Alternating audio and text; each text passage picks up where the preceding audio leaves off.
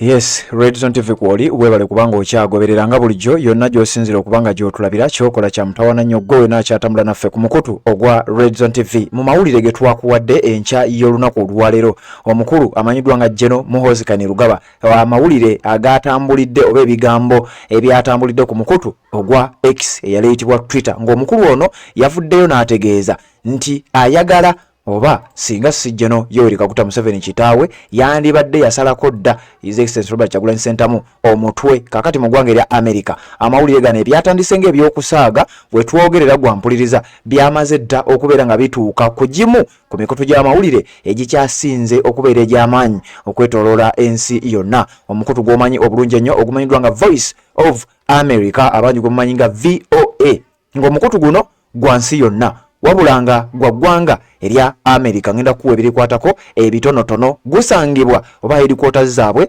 zisangibwa mu bitundu ebimanyiddwa nga Wilbur J. Cohen Federal Building mu kibuga Washington eky'eggwanga erya United States of America. Akikulira oba akulira ekitongole kino eky'amawulire ayitibwa Michael Abramowitz. Kibalirirwamu obuwumbi oba obukadde bwa $267.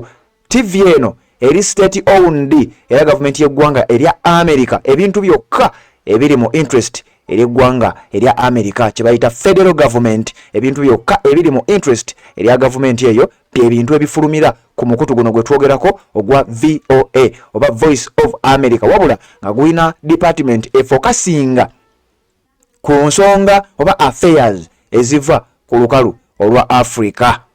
Kigambibwa nti eno ye TV esinga obunene ate era esinga obukulu mu nsonga z'amawulire mu ggwanga erya United States of America. Kakati n'owuliriza oluvannyuma General Muhoozi Kainerugaba okuvaayo n'ategeeza nti Bobi Wine nandibadde namusalako dda omutwe singa si kubeera nti kitange yabaddewo nandibadde namuggyako dda kichwa. His Excellency Robert Kyagulanyi Ssentamu yayanukudde ne street emu yokka nazembe kugamba ebyo sigenda kubeera nga mbiddamu. Kakati ensonga eno yatandise ng'esaaga wabula etandise okulanda wetwogerera nga mu ggwanga erya America. Ensonga lwaki nkuleetedde amawulire gano gafulumye ku ssaawa 11:59. Ensonga lwaki nkuleetedde amawulire gano nkugambye eno TV omukutu gwa TV guno guli owned by government y'eggwanga erya United States of America egenda okukulemberwa omukulu amanyiddwa nga Donald J. Trump agenda okukwata obuyinza officially ng'ennaku z'omwezi 2 omwezi guno gwennyini ng'ennaku 14 zokka zezibulayo. Kakati wuliriza ku mukutu guno bagambye eki. Uganda's military leader and the son of Yoweri Museveni says he wants to behead opposition leader Robert Kyagulanyi Ssentamu aka Bobi Wine. Akulira amagye g'eggwanga erya Uganda ate nga mutabani wa General Yoweri Kaguta Museveni ategeezezza nti ayagala kusalako omutwe gwa His Excellency Robert Kyagulanyi Ssentamu. Bano nno nga basinzira mu lipoota waabwe atula mu kibuga Nairobi eky'eggwanga erya Kenya. Amawulire gano yagasase bulungi nnyo era ne gabatuukako bulungi nnyo ne gavumenti y'eggwanga erya United States of America emanyi bulungi nnyo kati ekiriwo n'ekigenda maaso. The head of Uganda's military, who is also the son of a long-standing president, Yoweri Kaguta Museveni, said he wanted to behead country's most prominent opposition leader. Wano no bakawoomeza muwuliriza nti akulira oba aduumira amagye g'eggwanga erya Uganda ate nga mutabani w'omukulu afugidde eggwanga erya Uganda emyaka egikyasinze okuba emingi. Yagambye nti ayagala kuggyako mutwe ogw'omuntu akyasinze okubeera prominent osobola okukizza mu lulimi lwonna lw'otegeera. Prominent omuntu akyasinze okuweebwa ekitiibwa, akyasinze okubeera nga ayagalibwa, akyasinze okususuutibwa abantu mu ggwanga erya Uganda. Oli ayagala kubeera nga amuggyako mutwe. Mukutu gwa VOA Voice of America we gutaddeyo. Kainerugaba later apologized for that threat. Mbwate oluvannyuma yamaze ne yeetonda ku mukutu ogwo wabula wulira ebigambo we byagambye. Bobi Wine, whose legal name is Robert Kyagulanyi Ssentamu, Bobi Wine ng'amannya go mujjuvu ye His Excellency Robert Kyagulanyi Ssentamu, and who finished second to Museveni in the 2021 presidential elections. Bino nkusomera byabali sikugamba byange nti eyajja ngo namba 2 mu kalulu akaaliwo mu mwaka wa 2021 responded on X that he did not take the threat lightly, saying there had been several previous attempts on his life.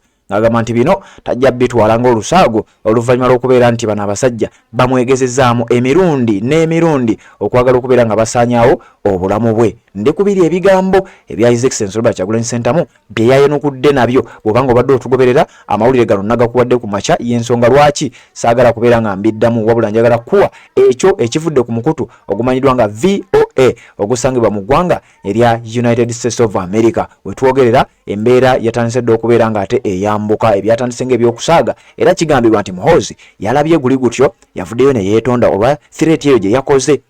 The government spokesperson has previously said Kane Lugaba's social media posts should be understood as casual comments and not taken seriously or as reflecting government policy.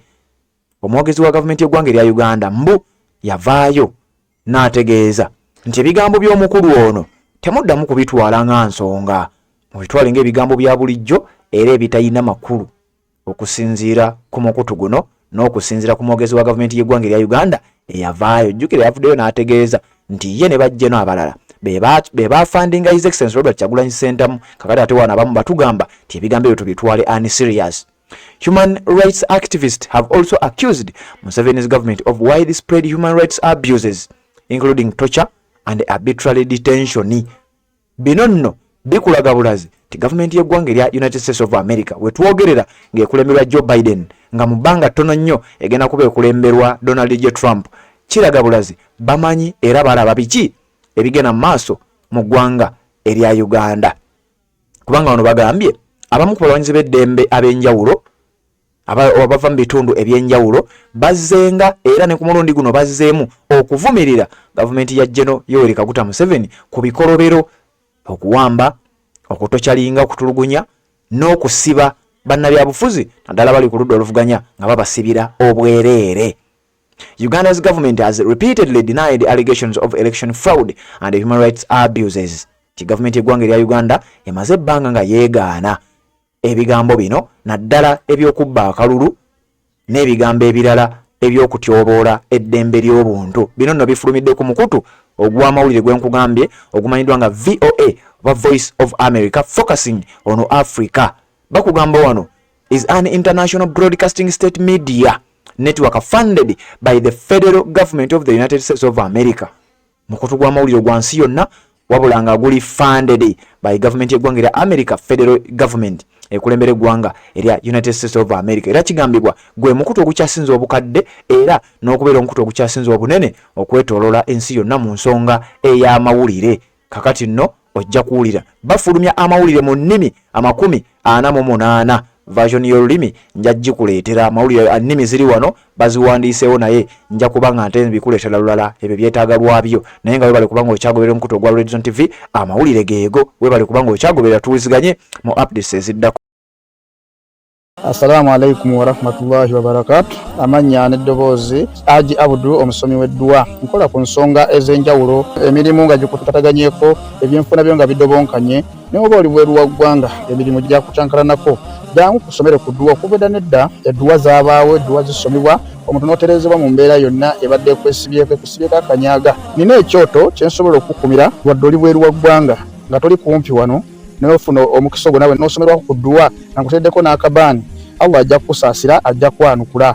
Kuba ku namba yange y'essimu 0752 44 71 56 ne ku WhatsApp kwendi mpereza obubaka sobole okuyamba. Assalamu alaikum wa rahmatullahi wa barakatuh.